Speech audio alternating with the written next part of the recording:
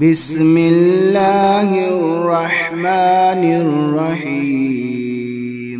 حضرت عمران بن حسین رضی اللہ عنہما کہتے ہیں، نبی صلی اللہ علیہ وسلم نے فرمایا، جس نے کسی حاکم وغیرہ کی مجلس میں محبوس ہو کر یا دیدہ دانستہ جھوٹی قسم کھائی تو اسے چاہیے کہ اپنے چہرے کا مقام آگ میں بنا لے۔ حضرت عبداللہ بن مسعود رضی اللہ تعالی عنہ کہتے ہیں کہ رسول اللہ صلی اللہ علیہ وسلم نے فرمایا، جس نے قسم کھائی اور وہ اس میں جھوٹا ہو تاکہ اس کے ذریعے سے کسی مسلمان کا مال مار لے تو وہ اللہ سے ملے گا جبکہ وہ اس پر غضبناک ہوگا۔ اشعث رضی اللہ عنہ نے کہا، اللہ کی قسم، یہ حدیث میرے ہی بارے میں ہے۔ میری اور ایک یہودی کی زمین مشترک تھی، وہ میرے حصے سے انکاری ہو گیا تو میں نے یہ معاملہ نبی صلی اللہ علیہ وسلم کے حضور پیش کیا۔ آپ نے مجھ سے پوچھا، کیا تمہارے گواہ ہیں؟ میں نے کہا نہیں، تو آپ نے یہودی سے فرمایا، قسم اٹھاؤ۔ میں نے عرض کیا، اے اللہ کے رسول، وہ تو قسم اٹھا لے گا اور میرا مال مار لے گا۔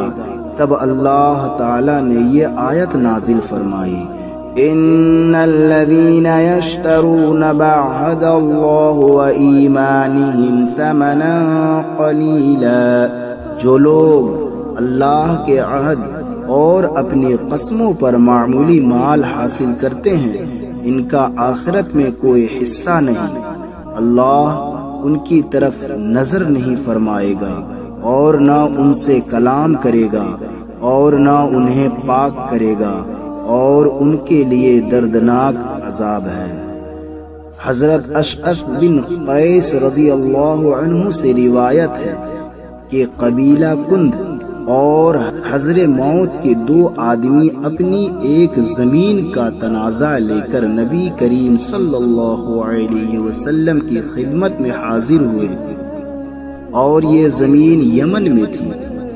حضرمی نے کہا، اے اللہ کے رسول، میری زمین اس شخص کے باپ نے مجھ سے زبردستی چھین لی تھی اور یہ اب اس کے قبضے میں ہے۔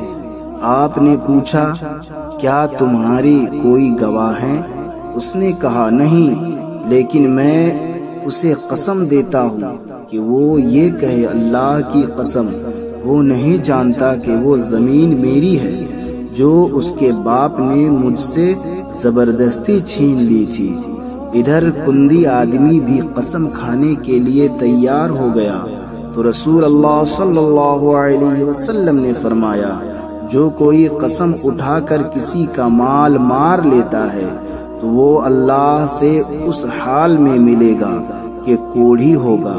چنانچہ کندی نے کہا، یہ زمین اسی کی ہے۔ حضرت ابو ہریرہ رضی اللہ تعالی عنہ سے مروی ہے کہ رسول اللہ صلی اللہ علیہ وسلم نے فرمایا، اپنے باپوں یا ماؤں کے نام کی قسمیں نہ کھایا کرو اور نہ بتوں کے نام کی، صرف اللہ کے نام کی قسم کھایا کرو، اور اللہ کی قسم بھی اس صورت میں کھاؤ جب تم سچے ہو۔